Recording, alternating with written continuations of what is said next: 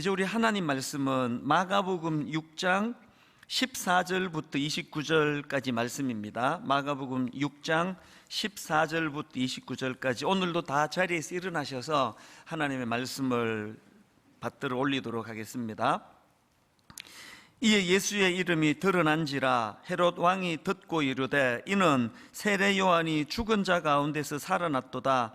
그러므로 이런 능력이 그 속에서 일어나느니라 하고, 어떤 이는 그가 엘리야라 하고 또 어떤 이는 그가 선지자니 옛 선지자 중에 하나와 같다 하되, 헤롯은 듣고 이르되 내가 목벤 요한 그가 살아났다 하더라.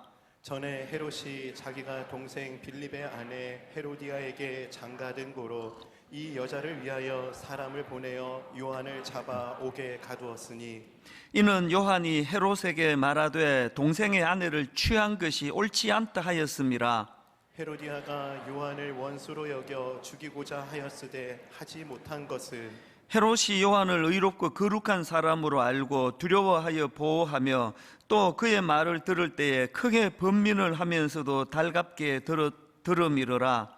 마침 기회가 좋은 날이 왔으니 곧 헤롯이 자기 생일에 대신들과 천부장들과 갈릴리의 귀인들로 더불어 잔치할세, 헤로디아의 딸이 친히 들어와 춤을 추어 헤롯과 그와 함께 앉은 자들을 기쁘게 한지라.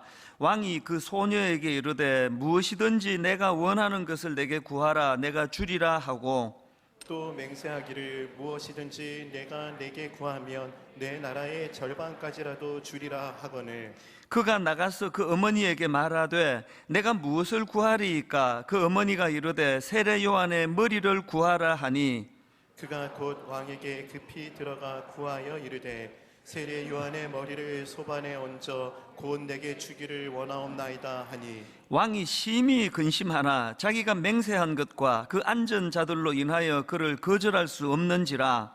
왕이 곧 시병 하나를 보내어 요한의 머리를 가져오라 명하니, 그 사람이 나가 옥에서 요한을 목베어 그 머리를 소반에 얹어다가 소녀에게 주니 소녀가 이것을 그 어머니에게 주니라. 요한의 제자들이 듣고 와서 시체를 가져다가 장사하니라. 아멘. 자리에 앉아주시기를 바랍니다. 신앙생활은 우리가 신앙 성장을 위해서 반드시 극복해야 될 게 하나 있는데요, 그게 바로 자기 집착의 문제입니다. 이 자기 집착, 이것을 제가 사전을 찾아보니까 이 자기 집착이라는 용어를 사전이 이렇게 풀이합니다. 자신의 행복과 동기에만 집착하는 증상, 이렇게 자기 집착을 풀이했고요. 그런가 하면은 영국의 철학자 버트런트 러셀의 책에 보니까 이 자기 집착을 나를 중심으로 세상을 바라보는 태도, 이렇게 풀이하는 글도 제가 봤습니다. 이재철 목사님이 쓰신 사랑의 초대, 이 책에 보니까 여기서도 자기 집착에 대한 설명이 나오는 대목이 있었는데요, 자기 집착이 뭔가? 이 인간의 죄성을 다른 용어로 표현하면 그게 자기 집착이다, 이렇게 큰 전제를 설명하고는 이제 그 다음 내용을 한번 들어보십시오. 인간은 집착의 굴레에서 벗어나지 못합니다. 무엇인가 늘 집착하며 살아가고 있습니다. 무서운 것은 인간이 무엇에 집착하든 그 집착이 실은 거기에 마음을 쏟고 있는 자기 자신에 대한 집착이라는 것입니다. 돈에 집착하든 권력에 집착하든 모든 인간의 집착은 예외 없이 자기 집착입니다. 그래서 인간의 집착이 무섭습니다. 인간의 자기 집착이란 결국 자기 욕망에 대한 집착이기에 자기 욕망에 사로잡힌 인간의 삶은 자신의 의지와 무관하게 타인에겐 흉기로 드러나게 됩니다. 이렇게 무서운 게 자기 집착이에요. 의도하지 않았지만 타인에게 흉기로 드러나는 것, 이게 자기 집착이라는 이 글을 제가 읽으면서요, 이게 타인에게 흉기가 되기 전에 먼저 자기를 파괴하는 게 이게 자기 집착이다. 철학자 버트런트 러셀이 쓴 행복의 정원이라는 책에 보면은 이 러셀이 어린 시절부터 참 삶이 허무했던 것 같아요. 그래서 어린 사춘기 시절부터 자기 삶을 증오하고 그래서 늘 자살할 생각을 품고 살았다, 그렇게 고백을 하는 내용이 나오는데요. 그런데 여러분, 이 버트란트 러셀이 이렇게 어린 사춘기 시절부터 자기 삶을 비관하고 증오하고 늘 자살 충동에 사로잡혀 있었다 그랬는데요, 나이가 들어갈수록 자기 삶을 즐기는 인생으로 놀라운 변화가 일어났다, 그런 고백도 합니다. 근데 제가 주목하는 게 뭐냐 하면은, 이렇게 버트란트 러셀이 너무나 자기 삶을 증오하고 자살해야 되겠다 이런 생각에 사로잡혀 살았던 너무 비참한 삶에서 시간이 가면 갈수록 자기 인생을 즐기고 자기 인생을 기뻐하고 자기 삶을 즐기는 인생으로 변화되었다, 그렇게 말하면서 그 비결이 하나 있다는 거예요. 어떻게 이런 변화가 일어났느냐? 그거는요, 자기 자신에 대한 집착을 줄여나간 덕분이다. 저는 철학자로서 버트란트 러셀의 주장을 다 수용할 수 없다 생각하지만요, 그러나 바로 이 대목, 이거는 제가 100% 동의합니다. 내가 진짜 행복하기 위해서는 내 안에 도사리고 있는 이 자기 집착의 문제, 이걸 줄여나가야 된다는 겁니다. 그래서 저는 오늘 본문 말씀을 가지고 이제 2주간 설교할 건데요, 이번 주에는 이 자기 집착과 욕망에 빠져 망해버린 헤롯 왕에 대해서 이제 오늘 제가 설교할 예정이고요. 그런가 하면 이 다음 주에는 이 자기 집착과 욕망의 문제를 해결했던 세례 요한에 대해서 집중적으로 살펴보려고 준비를 하고 있습니다. 이제 오늘 살펴보게 될 이 헤롯 왕의 정확한 이름은 헤롯 안티파스입니다. 이 헤롯 안티파스는 누구냐? 이 헤롯 안티파스의 삶을 한마디로 요약하라 그러면은요, 자기 집착과 자기 욕망에 사로잡혀 자기도 망하고 타인도 망하게 한 인물, 이렇게 요약되는 인생입니다. 참 비참한 인간이겠죠? 이 헤롯 안티파스의 아버지가 누군가 하면은 헤롯 대왕이라고, 예수님께서 태어나실 때 자기 권력을 유지하기 위하여 유아 살해를 명령했던 인물, 기억하십니까? 이게 오늘 살펴볼 헤롯의 아버지입니다. 부전자전이라고요. 그 아들 헤롯 안티파스도 똑같습니다. 자기 아버지와 똑같이 과도한 자기 집착에 빠져가지고 아무 죄도 없는 세례 요한을 죽여버린 인물이, 이게 오늘 본문의 헤롯이거든요. 마가복음 6장 27절 28절 오늘 본문입니다. 왕이 곧 시위병 하나를 보내어 요한의 머리를 가져오라 명하니 그 사람이 나가 옥에서 요한을 목베어 그 머리를 소반에 얹어다가 소녀에게 주니 소녀가 이것을 그 어머니에게 주니라. 이런 천인공노할 짓을 저지른 인물이 헤롯인데요, 이 배경이 어떻게 되느냐? 이 사람은 자기 이복 동생의 아내, 그러니까 우리말로 표현하자면 그 제수씨에게 반한 사람이에요. 자기 제수씨에게 반해가지고 자기 본처를 내어 쫓고 그 제수씨와 재혼하는 파렴치한 짓을 저지른 인물입니다. 그래서 세례 요한이 그 문제를 지적을 하니까 그를 감옥에 가두어 두었다가 오늘 본문에서 세례 요한을 참수형으로 죽이는 짓을 한 게, 그게 오늘 본문의 헤롯이거든요. 근데 제가 이런 헤롯의 인물을 쭉 본문을 묵상을 하다가 되게 흥미로운 거 하나 발견했는데요, 이렇게 자기 집착에 빠져 아주 인간 이하의 삶을 살았던 헤롯에게 나타나는 몇 가지 증상이 있더라는 게, 증상. 자기 집착에 빠진 헤롯에게 나타나는 첫 번째 증상이 두려움에서 오는 강박증이에요. 강박증. 여러분, 지난주 살펴봤던 마가복음 6장 14절 말씀 기억하십니까? 예수님의 제자들이 열정적으로 복음을 전파한 결과 14절, 이에 예수의 이름이 드러난지라. 예수 그리스도의 이름과 그분의 능력과 그분의 아름다운 소문이 쫙 퍼져나가고 있었는데, 그 소문을 오늘 우리가 살펴볼 헤롯 왕도 들은 거예요. 근데 그 소문을 들은, 이에 예수의 이름이 드러난지라, 이 소문을 들은 헤롯 왕이 무슨 반응이 드러나는가? 자, 본문 16절에서 헤롯이 이렇게 말합니다. 헤롯은 듣고 이르되 내가 목뺀 요한 그가 살아났다 하더라. 이 완전 뜬금없는 이야기 아닙니까? 아니 예수 그리스도의 이름이 드러났는데 갑자기 자기가 죽인 헤롯이 살아온 거다 이렇게 말하는 이게 되게 황당한데요. 그러나 여러분, 저는 이렇게 반응하는 헤롯의 이 반응을 보면서 참 이 인간이 불쌍한 인간이구나. 아니 예수님의 이름이 그렇게 소문이 퍼져나가는데 이거 내가 죽은 그 세례요한이 살아 돌아왔다고 말하는 그 심리 속에는 얼마나 그 악한 일에 대한 죄책감, 그 악한 일에 대한 그 두려움, 이런 것들이 강박증이 됐으면 이런 표현을 하겠냐고요. 그리고 우리 말에 사람이 죄 짓고는 못 산다 이런 말을 하는 건 참 그 진리인 것 같습니다. 20절에도 보면은 그의 두려움이 드러납니다. 헤롯이 요한을 의롭고 거룩한 사람으로 알고 두려워하여. 여러분, 지금 칼자루를 쥐고 있는 건 권력가 헤롯 왕이에요. 지금 이 세례 요한의 목숨을 죽이기도 하고 살릴 수도 있는 능력을 갖고 있는 건 헤롯인데요, 놀랍게도 지금 세례 요한이 헤롯을 두려워하는 게 아니라 헤롯이 세례 요한을 두려워하고 있다는 겁니다.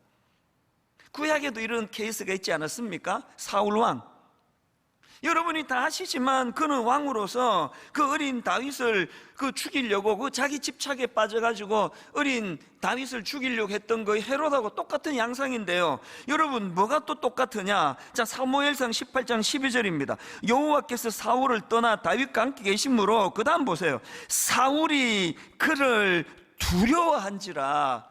같은 반응이 15절에 또 나옵니다. 사울은 다윗이 크게 지혜롭게 행함을 보고 그를 두려워하였으나. 다윗이 자기를 죽이려는 권력자 사울 왕을 두려워할 것 같은데 현실은 그게 아니었습니다. 그래서 죄 짓고는 못 산다는 말이 그게 진리라니까요. 그래서 조지 시웰이라는 분이 이런 말을 했습니다. 두려움은 양심이 죄에 내는 세금이다. 이 굉장히 정에 와닿는 말이더라고요.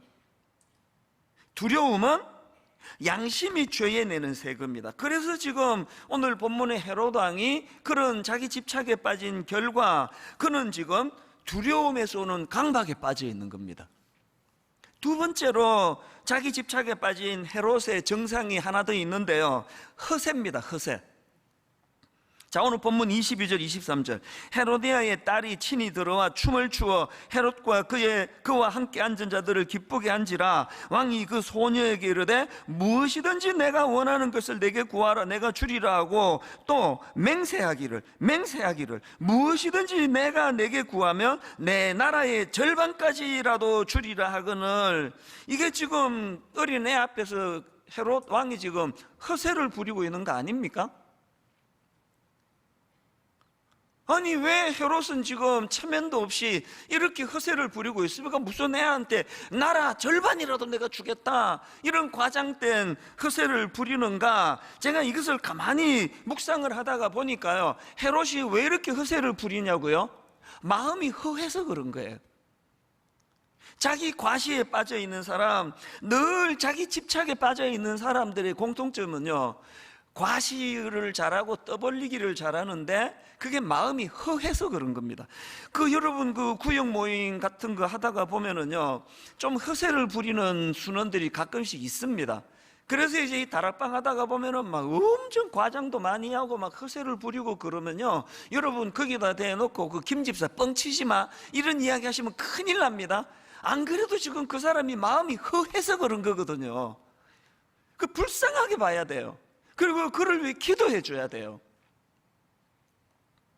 분당 우리 교회가 규모가 좀 커지고 교회 이름이 좀 알려지고 그러면서부터 제가 드리는 기도가 있는데 지금도 어린애 같은 기도예요.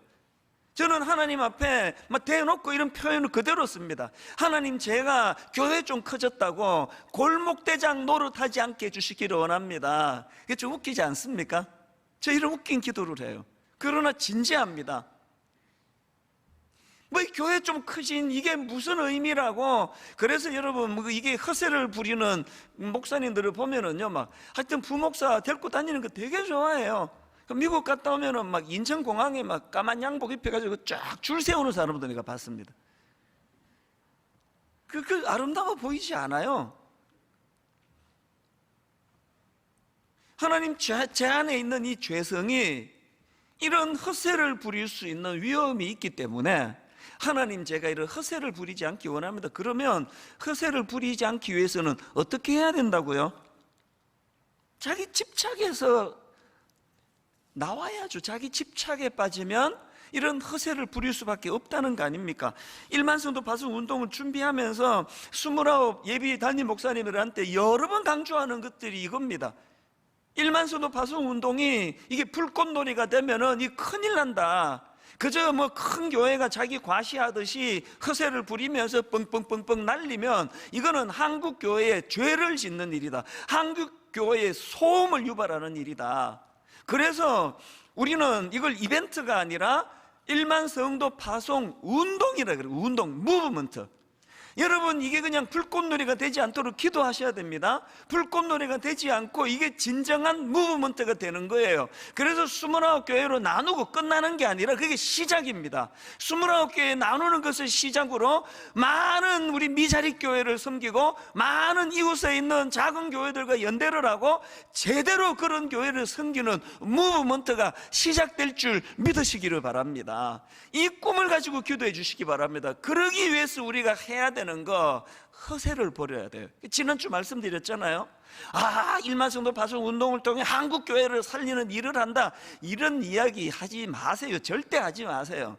그거 사실 아닙니다. 우리가 무슨 재주로 한국 교회를 살립니까? 그저 겸손하게 하나님이 명하신 일을 겸손히 받들 때 허세가 없어야 돼요. 허세가. 그래서 이 무브먼트가 정말 많은 작은 교회를 희망과 용기를 주고 그들을 섬기고 그들을 살리는 이런 놀라운 무브먼트가 되기 위해서는 자기 과시를 줄여야 돼요. 자기 집착을 내려놔야 됩니다. 그런다면은 세 번째로 자기 집착에 빠진 헤롯의 정상이 하나 더 있는데요, 사람만 의식하는 태도예요. 지금 헤롯이 자기 생일을 축하하여 춤추는 그 헤로디아의 어린 딸에게 뭐든지 구해라, 내 나라의 절반까지 주겠다, 이거 허세라 그랬죠. 그랬더니 그 어린애가 자기 엄마하고 상의하더니요, 세례 요한의 목을 달라는 겁니다. 여러분, 상식적으로 생각해 보세요. 조금 이게 좀 떠벌리고 과장하면서 허세를 좀 부렸더니 애가 이런 소리를 하면 어떻게 하면 됩니까? 여러분 같으면, 저 같으면 간단해요. 떼기. 왜 조그만 애가 이렇게 그런 못된 말을 해? 그럼 끝나는 거 아닙니까? 그런데 여러분, 이 헤롯 왕의 반응을 보세요. 26절. 그 어린애의 말을 막 너무 진지하게 받습니다. 왕이 심히 근심하나 자기가 맹세한 것과 그 안전자들로 인하여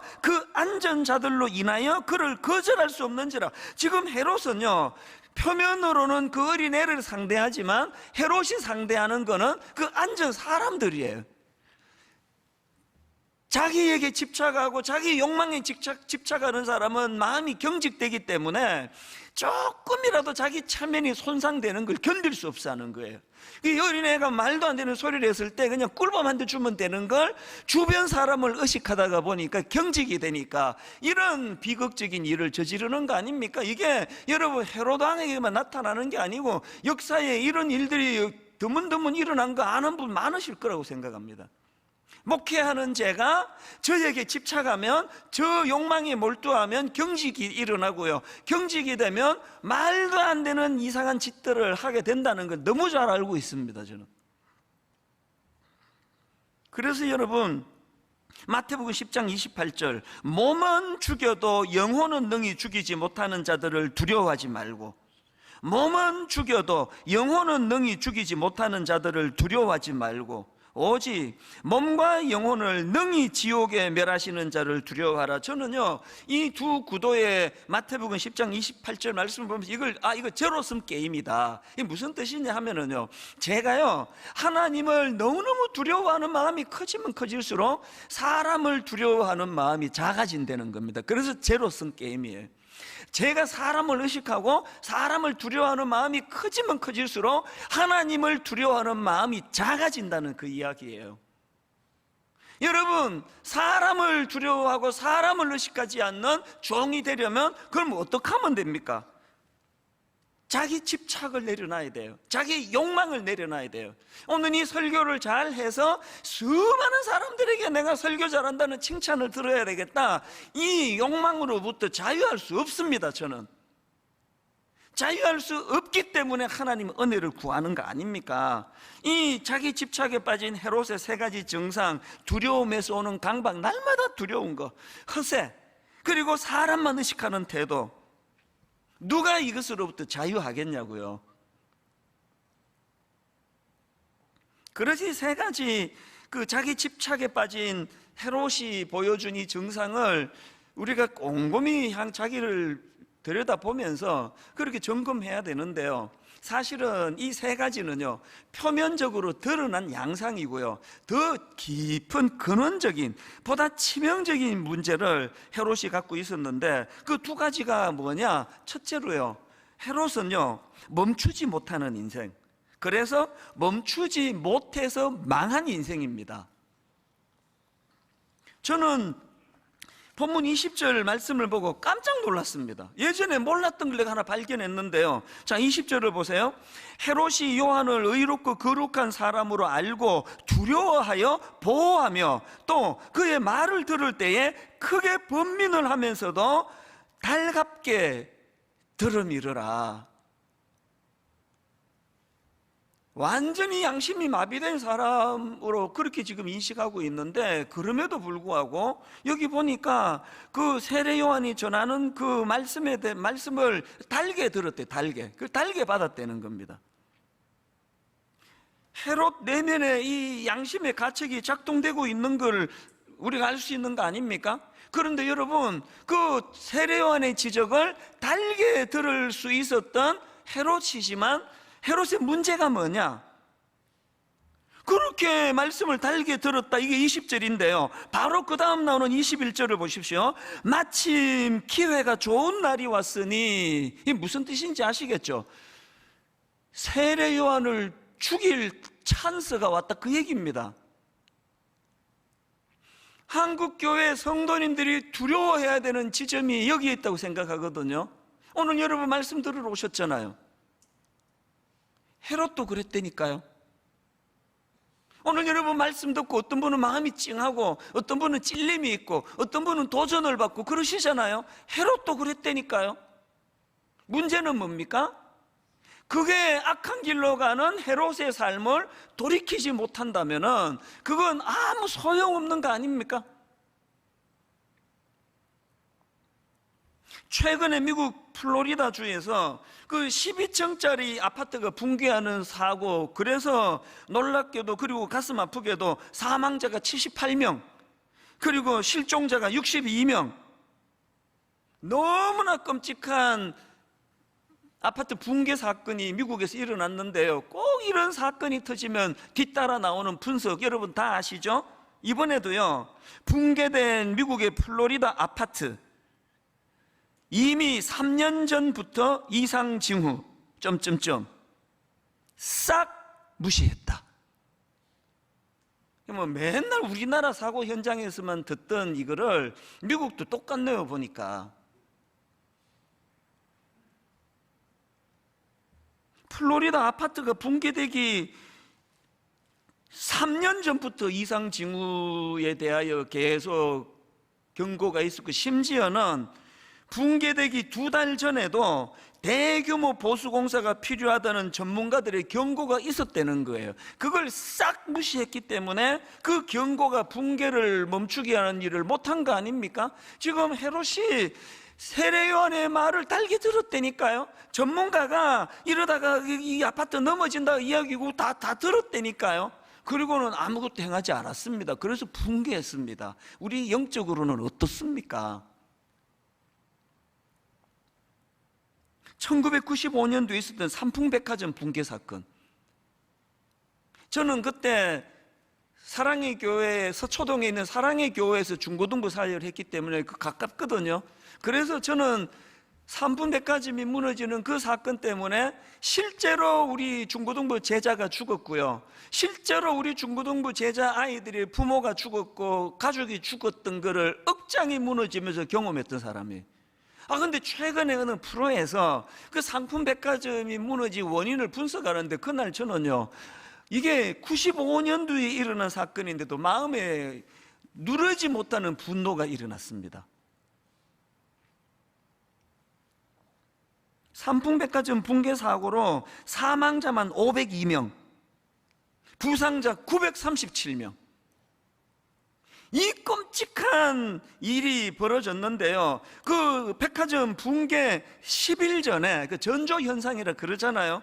붕괴 10일 전에 백화점 식당이 흔들거리고 물벼락이 떨어지고 식당 천정에 구멍이 생기고, 이게 10일 전에 이미 나타난 전조 현상이었대요.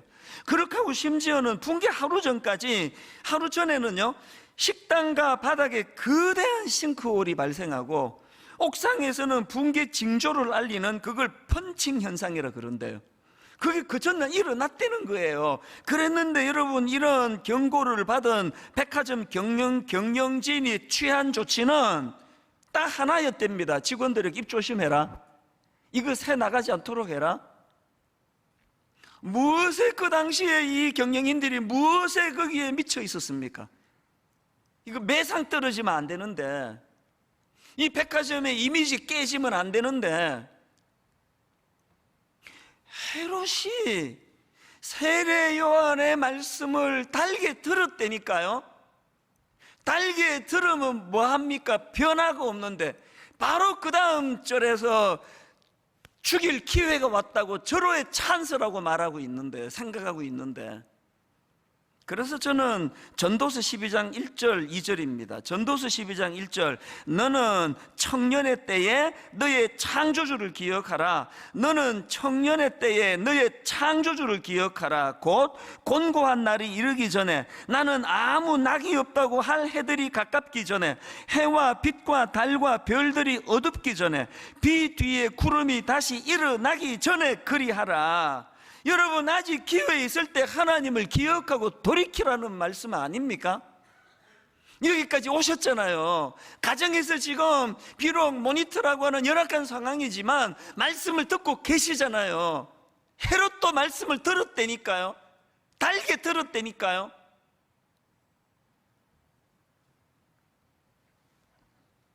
헤롯에게 치명적인 문제가 있었다면 그는 멈추지 못하는 인생이었습니다.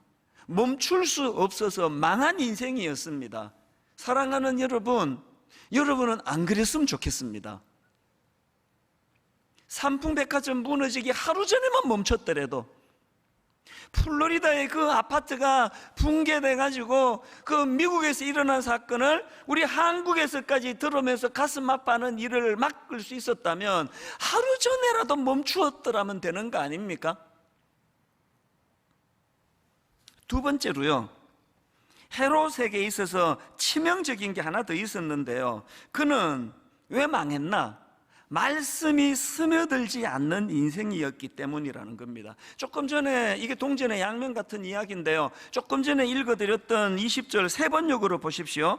그것은 헤롯이 요한을 의롭고 성스러운 사람으로 알고 그를 두려워하며 보호해 주었고, 또 그의 말을 들으면 몹시 괴로워하면서도 오히려 달게 들었기 때문이다. 몹시 괴로워했고 그 말을 내게 유익하다 달게 들었지만 왜 변화가 없었나? 이거를요, 청교도 신학자 존 오웬의 말로 설명할 수 있습니다. 유명한 청교도 신학자 존 오웬은요, 죄를 인간 영혼 안에 있는 경향성이다, 이렇게 설명했어요. 이게 뭐냐 하면은요, 죄는 인간 영혼 안에 있는 경향성이다. 제가 이 경향성이라는 단어를 이번에 철학사전을 찾아보니까 이렇게 설명합니다. 경향성, 마음이 어느 한쪽으로 습관적으로 치우친 상태를 말하는데, 이것은 본능이나 관심과도 흡사하다, 이렇게 풀이하는 걸 봤는데, 여러분, 그러니까 존 오웬이 말하는 죄의 경향성이라는 게 뭐냐? 인간의 마음은요, 이미 죄로 기울어진 상태라는 거예요.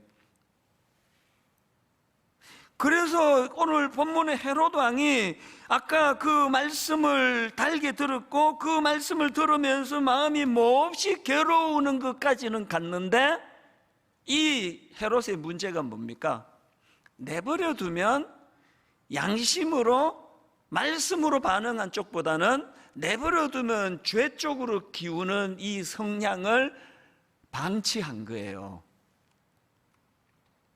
그래서 여러분, 그 존 오웬이 강조하는 그 내용이 그 죄 죽이기 이런 책에서, 이 책은 내가 막 추천하고 다니는 책인데요, 꼭 구해서 읽어보시면 좋을 것 같아요. 이 죄 죽이기라는 존 오웬의 책에서 강조하는 한 대목을 들어보십시오. 이미 구원받은 신자라 할지라도 여전히 잔존하는 죄의 경향성이 있기 때문에, 이미 구원받은 신자라 할지라도 여전히 잔존하는 죄의 경향성이 있기 때문에 온전한 하나님의 형상으로 새로워지기까지 어떻게 해야 되느냐? 끊임없이 죄와의 투쟁이 필요하다는 겁니다. 헤롯의 문제를 아시겠습니까? 오늘 많은 여러분, 오늘 이 자리에 완전 성도님 중에 사실 대부분의 여러분이 지금 방심하고 있는 문제를 아시겠습니까? 가슴 뜨끔한 걸로는 안 됩니다. 이 죄의 경향성 때문에, 이렇게 하고 좀 지나면 다시 죄 쪽으로 기울기 때문에, 구원받은 우리라 할지라도 죄의 경향성이 있기 때문에 온전한 하나님의 형상으로 새로워지기까지 끊임없이 죄와의 투쟁이 필요하다는 겁니다. 지난주부터 전 교회적으로 금식 기도를 지금 선포하고 있는 중인데요, 이 중에 어떤 분은 너무 바쁘다 보니까 참 이 금식을 하라고 했는데 깜빡했네. 괜찮습니다. 오늘부터 하시면 돼요. 그리고 이번 주말까지지만 여러분 한 주도 하시면 됩니다. 제가 왜 1만 성도 파송 운동을 앞두고 금식을 선포했겠습니까? 그리고 왜 전 우리 교역자들에게 몇 주 전서부터 이미 금식을 선포하면서 달려가겠습니까? 그건요, 저를 위해서고 교역자들을 위해서고 성도들을 위해서 필수이기 때문에 그렇습니다. 제가 이런 무서운 상상을 해봐요. 사단이 지금 우는 사자와 같이 지금 이거를 방해하려고 지금 발악을 하고 있을 텐데, 지난주 알렉산더 얘기해 드렸잖아요. 그가 백전백승할 수 있는 거는 타겟을 너무 잘 알았기 때문에, 어느 적장을 무너뜨리면 이 군사들이 와해가 되는 걸 너무 잘 알아서 그는 가는 전쟁마다 승리했다 그러는데, 사단은요 알렉산더보다 더 전략가예요. 지금 사단이 저를 무너뜨리려고 말로 다 할 수 없이 발악을 할 거 아니냐고요. 제가 이런 끔찍한 상상을 해봐요. 제가 어느 여성도에게 제가 무슨 입에 담기도 싫은데요, 내가 무슨 성추행을 했다, 혹은 불륜을 저질렀다, 그러면 끝나는 거 아닙니까? 실감이 안 나세요? 제가 지금 한 교회 돈을 한 1억을 제가 해먹었다, 그래 내 감옥 갔다, 그러면 1만 서도 파수도 끝나는 거 아닙니까? 그래서 제가 더 두려운 거예요. 여러분, 저는요 목회 31년 차예요. 이제는요 목회의 기능을 위해서라면 이제 새벽에 그렇게 일찍 안 일어나도 돼요. 근데 지금요 30몇 명이 모여 예배 드리던 개척할 때보다 지금 새벽을 2배, 3배 지금 길게 가집니다. 새벽에 제가 3시간, 4시간 시간을 가지거든요. 왜 그럴까요? 두려워서 그래요. 어떤 공격을 어떻게 받을지 모르는 게 오늘 저의 위치이기 때문에. 그리고 제가 그런 죄의 자리에 한 번만 빠져버리면 우리 성도님들에게 씻을 수 없는 죄를 짓는 거 아닙니까? 우리 하나님께 죄를 범하는 거 아닙니까? 그래서 제가 새벽마다 그 은혜를 구하는 거거든요. 무슨 은혜를 구하는지 아십니까? 잘 이길 수 있도록 내가 그것을 잘 견딜 자신이 있으니 한번 지켜봐 주십시오, 이렇게 기도할 것 같습니까? 저는 오늘 이 설교 전체를 요약하는 찬양을 이따가 하나 부르기로 했는데요, 화면으로 제가 가사를 좀 띄워달라 그랬습니다. 주께 가오니 날 새롭게 하시고 주의 은혜를 부어주소서. 오늘 우리가 왜 금식하느냐고요? 왜 전 교역자들이 지금 그렇게 지금 금식 중에 있느냐고요? 오늘 우리가 해야 될 강력한 일이 있다면 주님께 나아가는 거예요. 주께 가오니 날 새롭게 하시고 주의 은혜를 그냥 주셔갖고 안 됩니다. 부어 주셔야 돼요. 왜? 그 다음 가사를 보세요. 내 안에 발견한 나의 연약함 모두 벗어지리라. 주의 사랑으로. 언제 이런 일이 가능하다고요? 주님 앞으로 나아갈 때에, 그의 은혜를 구할 때에. 여러분, 그 다음 가사, 예전에 제가 한번 설교하면서 이 설명을 드렸던 기억을 하시는지 모르겠는데요, 주 사랑 나를 붙드시고 주 곁에 날 이끄소서. 그 다음 가사를 기억하실 겁니다. 독수리 날개쳐 올라가듯. 이거를요, 성경 원어로 이것을 제가 설명해 드렸거든요. 독수리 날개쳐 올라가듯보다 더 정확한 표현은 독수리 날개 펴 올라가듯이다. 지금 독수리가 말입니다, 막 자기가 몸부림쳐서 파닥파닥 날개를 쳐서 그렇게 비상하는 게 아니고요, 독수리는 참새가 아닙니다. 독수리는요, 날개를 파닥거려서 비상하는 게 아니라 날개를 펴 상승 기류에 자기 몸을 맡긴다는 거예요. 목회 31년 차 제가 왜 새벽에 그 어느 때보다도 그 긴 시간을 새벽에 일어나가지고 제가 비디오를 보겠습니까? 연속극을 보겠습니까? 새벽 2시 넘어 일어나가지고 제가 무슨 소설을 읽겠습니까? 온전히 주님께 집중하는 시간이거든요. 왜 그렇게 할까요? 은혜의 상승 기류에 제가 올라타야 사단의 공격에 무너지지 않는 걸 알기 때문입니다. 다시 말씀드립니다. 왜 금식하셔야 되느냐고요?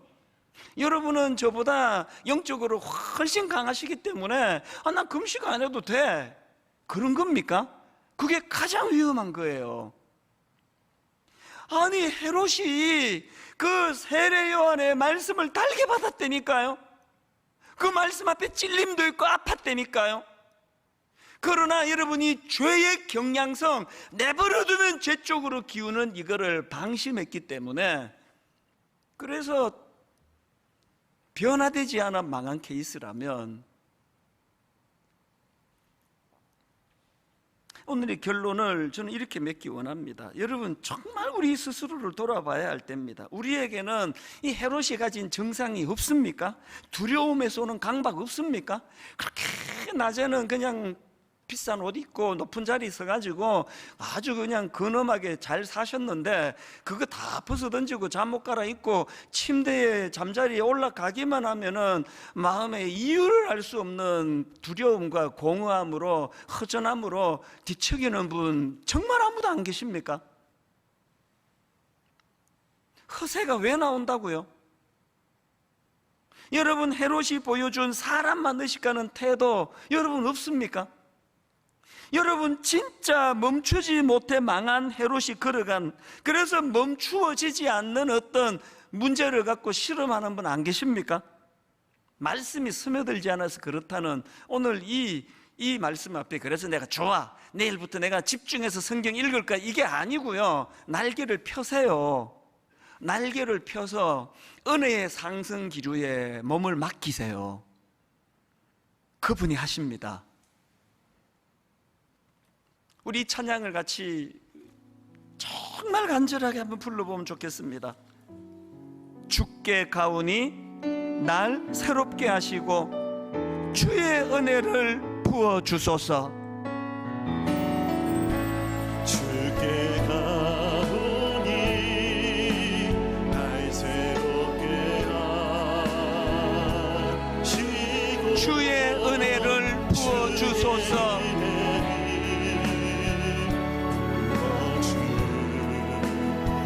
주님 앞으로 나아가야 우리의 연약함을 드러낼 수 있습니다. 내 안에 발견한 나의 연약함 모두,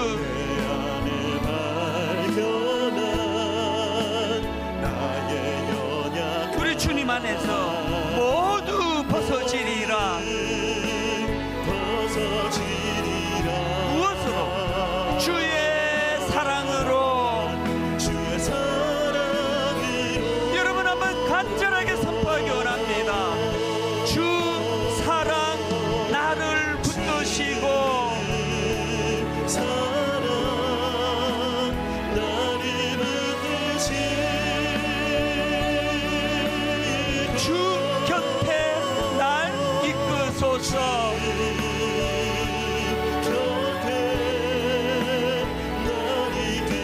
독수리 날개쳐 올라가듯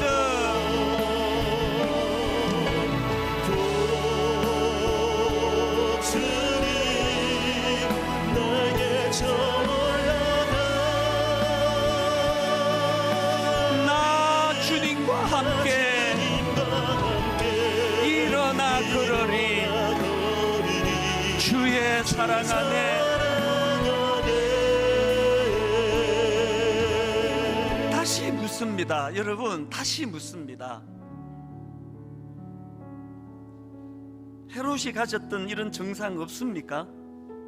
매사가 두렵고, 매사가 두려움으로 인한 강박으로, 아니 예수님 이름이 드러났다 그러는데 내가 죽인 그 세리요한이 이게 살아난 거야. 여러분, 이런 강박 없습니까? 아무것도 아닌 거 가지고 허세 부리기 좋아하는 그 내면이 허해서 그렇다니까요. 멈추지 못하는 인생, 멈출 수 없어서 망한 헤롯. 그래서 여러분, 그 곡 쓰신 분의 뭐 의도가 다 있는데 마음대로 가사 바꾸는 건 실례지만요, 우리 오늘만큼은 독수리 날개 펴 올라가듯, 하나님 내가 뭘 해보겠다고 하면 나는 헤롯이 간 그 길을 피할 수 없습니다. 이제 은혜의 길 위로 올라가기 원합니다. 날개 펴 주님 앞으로 나아가 은혜의 상승 길 위로 나가기를 원합니다. 정직하게 고백하면, 아버지 난 인생이 너무 두렵습니다. 난 너무 인생이 피곤합니다. 나는 이걸 잘 해낼 자신이 없습니다.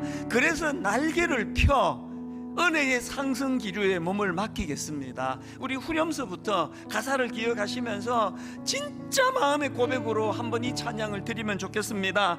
주 사랑 나를 붙드시고, 주 사랑 나를 붙드시,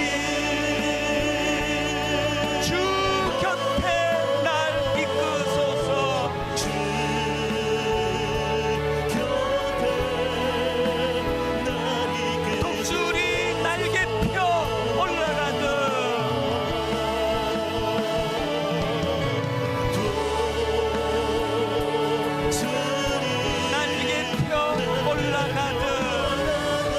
은혜의 상승 기류, 나 주님과 함께 일어나 걸으리.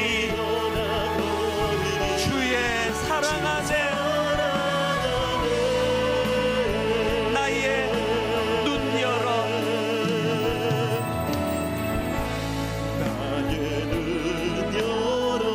주를 보게 하시고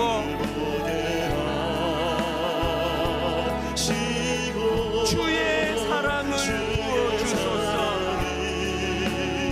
여러분, 그분 은혜를 알아야 자기 집착으로부터 자유해집니다. 매일 나의 삶에 주 뜻 이루어지도록, 매일 나의 삶에 주 뜻 이루어지 새롭게 하소서. 무엇으로 이것이 가능합니까? 주의 사랑으로, 주의 사랑으로. 주 사랑 나를 붙드시고, 사랑 나를 붙드시, 주 곁에 날 이끄소서. 주 곁에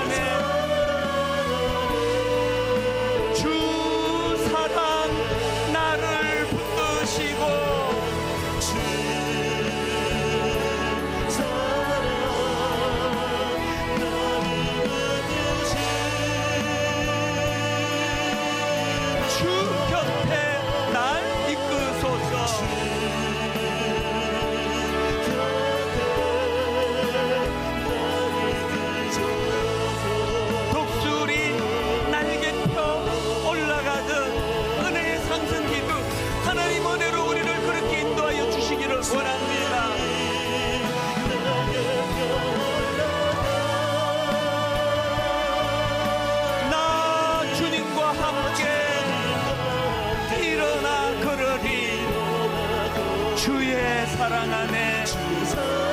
목마른 나의 영혼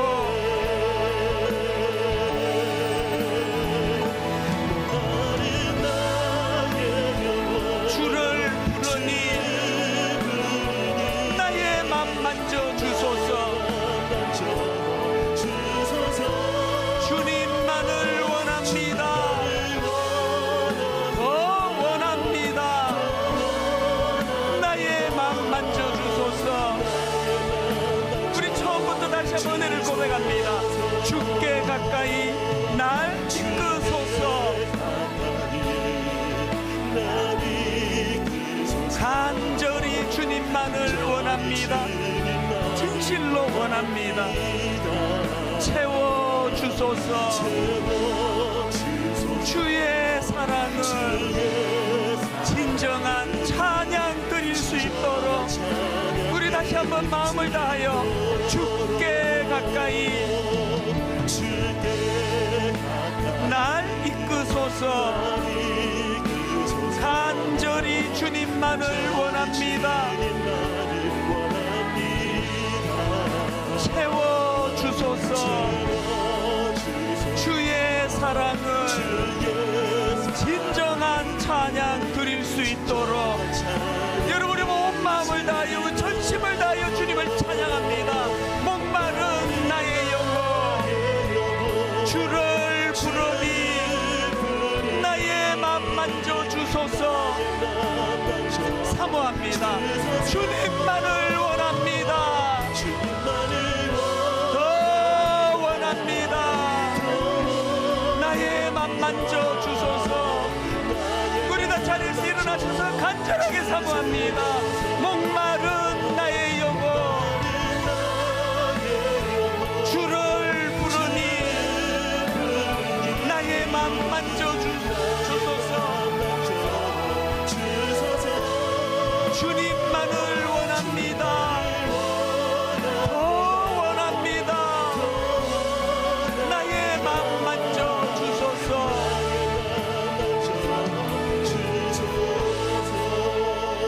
우리 집중해서 은혜를 구하며 기도할 때 아버지 멈추지 못해서 망한 사람이 헤롯이라면 아버지 우리는 그 어리석은 길로 가지 않기를 원합니다. 아버지 자기 집착을 내려놓고 전적으로 은혜의 아버지 자리로 나가기 위하여 독수리 날개 펴 상승 기류를 타듯이 은혜의 상승 기류로 올라가기를 원합니다. 은혜 주시기를 원합니다. 우리 한 목소리로 합심해서 같이 기도하시겠습니다. 살아계신 하나님 아버지, 하나님의 은혜를 사모하며 예배의 자리로 나온 수많은 주님의 형제 자매들이 함께 모였습니다. 아버지 하나님, 멈추지 못해 망한 헤롯의 길로 가지 않기 원합니다. 다윗의 길로 나가기를 원합니다. 하나님, 비록 악한 자리에 빠졌지만 말씀의 능력이 나타나고 그 말씀 앞에 멈출 수 있었고 그 말씀으로 하나님 아버지 하나님 은혜를 구했던 그 은혜의 자리로 나갈 수 있도록 인도하여 주시기를 원합니다. 하나님 아버지, 오늘 이 말씀으로 우리들에게 경고해 주시니 이 경고의 말씀을 설교 전하는 종부터 받아들이고 이 말씀을 듣는 모든 성도님들이 이 말씀을 진지하게 수용하되 무엇보다도 하나님 기울어질 수밖에 없는 내버려두는 죄 쪽으로 기울일 수밖에 없는 이 죄의 경향성을 간과하지 않도록 인도하여 주시기를 원합니다. 살아계신 하나님 아버지, 오늘도 주님의 은혜를 아버지 이 시간 사모하며 예배합니다. 하나님, 목마른 나의 영혼, 목마른 나의 영혼 주님을 갈망합니다. 목마른 나의 영혼 주님 앞으로 나아가기를 원합니다. 새롭게 하시고 주의 은혜를 부어 주시기를 원합니다. 하나님 아버지, 오늘 예배 가운데 그 기쁘신 주님의 사랑을 깨달아 알게 하시고 내 연약함 벗어주신 하나님의 은혜의 자리로 나아가도록 인도하여 주시옵소서.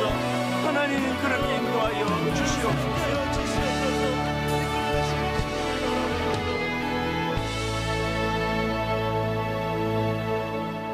너는 청년의 때에 너의 창조주를 기억하라. 공고한 날이 이르기 전에 나는 아무 낙이 없다고 할 해들이 가깝기 전에, 해와 빛과 달과 별들이 어둡기 전에, 아직 하나님이 우리에게 기회를 주실 때, 빛 위에 구름이 다시 일어나기 전에 그리하라. 하나님, 오늘 부족한 종을 통하여 주시는 하나님의 경고의 말씀을 두렵고 떨리는 마음으로 받을 수 있도록 은혜 주시고, 무엇보다도 아버지, 우리 안에 있는 이 죄의 경향성, 내버려두면 죄 쪽으로 기울어질 수밖에 없는, 그래서 하나님 앞에 절실하게 절박하게 투쟁하며 싸우며 이것들을 아버지 방치해 두지 않는 저희들 되게 하시고, 그 일이 가능하기 위하여 내가 뭘 어떻게 해보겠다는 것보다도 주님 독수리 날개 펴 은혜의 상승 기류를 올라타듯이 하나님, 우리들 심령에 바로 그런 은혜의 날개를 펴 은혜의 상승 기류에 올라타는 저희들 되게 하여 주시옵소서. 마음의 죄책감으로 잠을 이루지 못하는, 예전에 저질렀던 어떤 범죄함으로 말미암아 마음에 항상 두려움의 강박증에 빠져있는, 그리고 허세를 부리기 좋아하며 사람만 의식하기 좋아하는 이런 증상들을 살펴보면서 내게는 이런 증상이 없는가 돌아보며, 하나님, 이 끔찍한 내 안에 있는 이 죄책감을 만들어내는, 죄책감을 유발시키는 하나님, 이 모든 요소들을 주님 앞에 다 내려놓고 회개하며 치유함 받도록 은혜를 내려 주시옵소서. 이번 한 주간 은혜의 상승 기류를 탄 자들이 어떤 은혜를 누리는가를 맛보고 경험하는 아름다운 한 주간이 되도록 인도하여 주시옵소서. 지금은 미디어 선교를 위한 헌금 시간입니다. 이 예배를 통해 삶 가운데 은혜와 회복이 충만하시기를 간절히 기도합니다.